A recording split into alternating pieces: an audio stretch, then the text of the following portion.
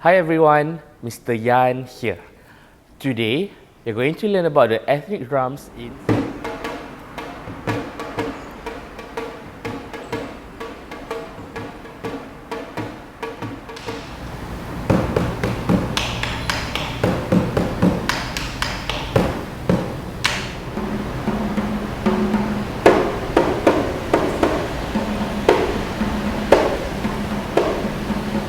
Now that you've seen and heard all three drums play, let's start to learn how to play each drum individually.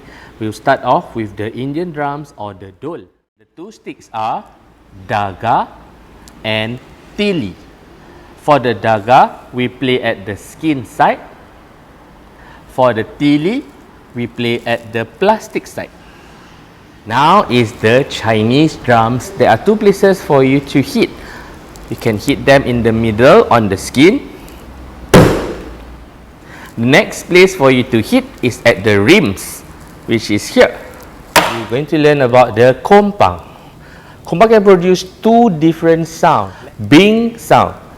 Close your fingers. Once you hit, you have to let your hand go, like this.